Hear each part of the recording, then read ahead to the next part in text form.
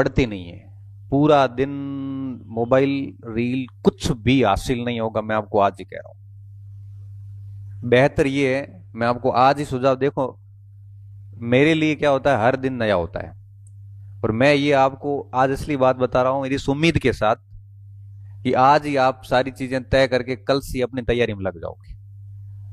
कल से आप उन लोगों से संपर्क खत्म करोगे, ऐसा मैं उम्मीद रखता हूं जो आपको डिस्टर्ब कर रहे हैं, आपका समय खराब हो रहा है। एक दो दिन में सेटल हो जाओ जहां होना है, और सुबह शाम अपने आप को इतना बिजी रखो कि कोई मतलब नहीं, किसी से कोई कांटेक्ट नहीं। कसम ले लो कि इस मोबाइल को हम लिमिटेड, लिमिटेड का मतलब ये है कि कोचिंग आते हैं बच्चे तो यहां पे भी कई बार पीछे बैठे बैठे मोबाइल चलाते हैं। इतना क्या नशा है, मिलेगा क्या? आप पिछले एक साल का निष्कर्ष निकाल के देखो, इतना देखा होगा, इसमें से सीखने को आपको क्या मिला? कुछ मिला? कुछ भी हासिल नहीं होता है सिवाय समय खराब होने के। मेरा सिर्फ और सिर्फ यही कहना है आपको कि मोबाइल की जो ये दुनिया है, इससे एटलीस्ट 2 साल आप दूर हो जाओ। एक छोटा सा नोकिया का फोन रखो, कीपैड वाला, उसमें मैसेज मिल जाएगा, और उसमें कोई घर पे फोन पे बात करनी तो कर लो। अगर आपके पास स्मार्टफोन पड़ा है तो उसको बंद कर दो, दिन में एक आध बार देख लो, कोई मैसेज वगैरह कोचिंग का आता है तो ठीक है। कई बच्चे तो क्या करते हैं, एक टैबलेट ले लेते, टैबलेट फोन से सस्ता आता है, और उसमें कोई वीडियो देखना देख, टैबलेट हर जगह ले नहीं जा सकते, हर जगह फोन रहता है, और पढ़ाई के लिए घर पे एक छोटा टैबलेट डाल दिया। उसकी भी जरूरत नहीं होती, वैसे लैपटॉप है तो उसकी भी जरूरत नहीं होती, क्योंकि सबको ही 24 घंटे मिलते हैं। अब कोई 24 घंटे के 15 घंटे बनाएगा पढ़ाई करने के लिए, कोई 4 घंटे करेगा। अब आपको पता है कि 15 घंटे वाला हमेशा आपसे आगे रहेगा, हमेशा ही। तो थोड़ा सा स्वार्थी बनिए। स्वार्थी बनने का मतलब है कि अब खुद की थोड़ी सोच लो एक बार। और ये बात हमेशा याद रखना कि अगर नौकरी नहीं लगी तो बड़ो मौज गाँव में आगे। बहुत बड़ा बेकार गाँव में, हकीकत बता रहे हो। मैं जब ग्रेजुएशन में था, 2006, 7 और 8, 3 साल मेरी बीए हुई। उस समय हो सकता है आप में से कईयों का जन्म नहीं हुआ होगा। 6 से 2005 के बाद के कितने हाथ खड़े करो, जन्म तिथि 2005 के बाद, बताओ। जब मैं ग्रेजुएशन कर रहा था उस समय तक आपका जन्म नहीं था कईयों का, बताओ। 2009 के बाद का है कोई? है कोई? है तो बाहर काढो। टाबर मान चाहिए कौन छोटा बड़े। 8, देखो 8 के आगे बताओ, 9 में मैं नौकरी लग गया था, बताओ। अब आप सोचिए कि मैं 2006, 7, 8 में बीए कर रहा था इस कॉलेज से, तो फाइनल ईयर, सेकेंड ईयर की शायद बात होगी। तो एक गुरुजी यहाँ पे थे इतिहास के, नहीं जानता कौन थे, क्योंकि वो उस समय प्रोफेसर भी इतने खतरनाक होते थे, हिम्मत नहीं होती थी पूछने की भी। तो हम क्या है कि वहां पे गेम खेल रहे थे, वो गेम बोल है वो बार बार कांच पे लग रही थी जाली से। तो सर गया, मैं को ठीक है, क्या कर रहे हो भाई? खेल रहे, और कोई जगह नहीं? जगह तो है पर ये ठीक लग रहा। फिर थोड़ा ज्ञान दिया, ज्ञान देने के बाद लास्ट बात बोली, पढ़ लो, नौकरी लाग जा है, इतने भूख मरो। हाँ, लास्ट में बोले की गए सोचना जाके, अगर नहीं लगे तो। और जवाब खुद ढूंढना, हमारी बात इतनी तो मान सुन, मान लिया मैं ठेठ रास्ते में पहुंचता है, नौकरी नहीं लगी तो। बड़े खतरनाक इमेजिनेशन होने लगी, नहीं लगी तो कम ठहरो काम वह को नहीं, खेती वालों मड़ी हो जो, और केरे अंडर में अगर कोई बणी रे अंदर में या कोई अड़े उद्योगपति और अंडर में रहा तो गाड़ा होने पड़े, अपनो ईमान स्वाभिमान बड़े घणो। और बिजनेस करे तो आप भैया को नहीं। बहुत हो जो गाँव में। अब 3-4 जने थे, सब यही सोचते आए, मैं बड़े हो जो गाँव में को। और सच में ना उस दिन पहली बार दिमाग में आया कि ये प्रश्न कितना जरूरी है, क्योंकि भीड़ में होते हैं तब हम भूल जाते हैं कि हम क्या है, हम मौज मस्ती शुरू कर देते हैं। लेकिन अकेले होते हैं तब सोचना चाहिए कि अगर गवर्नमेंट में नहीं गए तो क्या स्थिति होगी, और गए तो आनंद है। आज की तारीख है, जैसे आज 14 तारीख है, 1 तारीख होते हमारे मोबाइल में मैसेज आवे, इतना बढ़िया मैसेज आवे,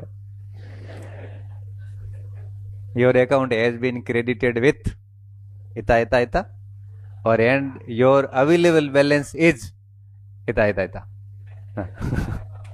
कितना। मतलब वो मैसेज है ना, मेरे पास आ रहा है 2009 से। कब से?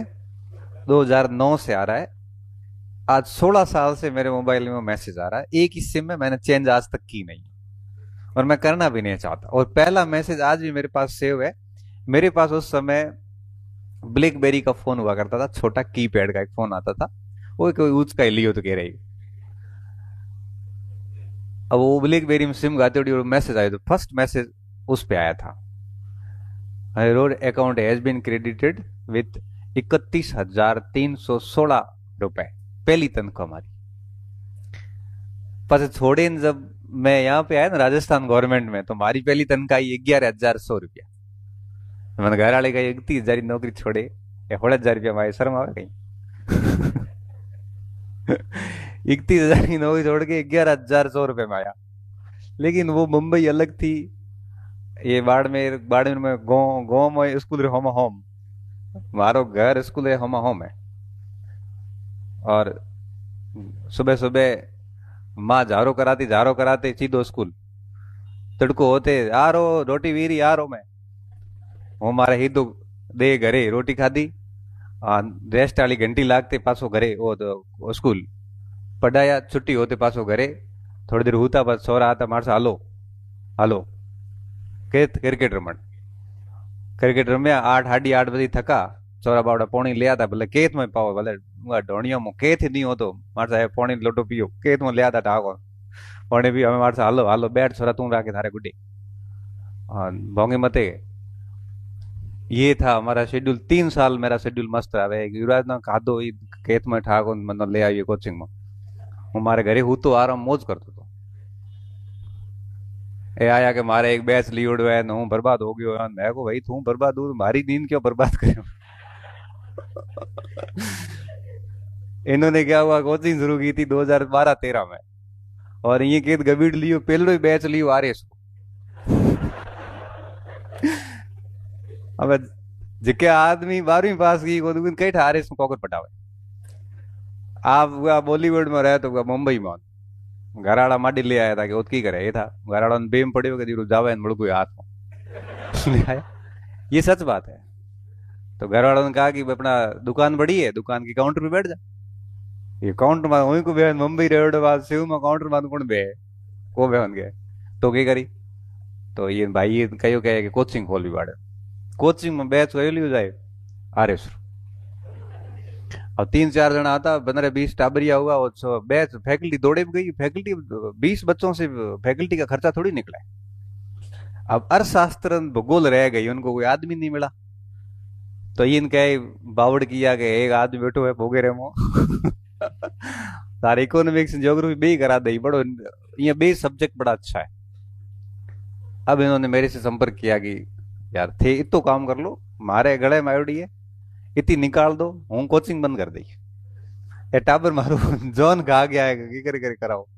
मैंने देखा आया, मैंने कहा ठीक है। मैं क्या थोड़ा सेवा भावी आदमी, कोई संकट में होता है तो मदद कर देता हूँ। मैं आया आयो देखियो 30 एक टावर बैठा, मैं यहाँ पढ़ाना हूँ, यहाँ पढ़ाना। अब मैं करो कुछ नहीं। अब मैं देखते लग गया, मैं रुपये तो मिलनो है कौन, यहाँ 30 मत की मिले, आप घाटे में क्यों की मिले कहीं। मैंने माइंड सेट कर लिया कि पैसा नहीं मिलेगा, पढ़ाना बस। मैं मार 2-2.5-3 महीना खपे होना फ्री किया। पर एक बड़े बैच ली उड़ दो एसएससी जीडी रो उगे में फिजिक्स रह उड़ी। मैंने कहा सर थोड़ी फिजिक्स रह उड़ी भला मोड़ा मैं 10वीं में नीट करे पास 49% बनया था। अब फिजिक्स वालों में रहने दे तो थे कौन ठाओ वही मार लूसेंट्री किताब लाई फिजिक्स रटे।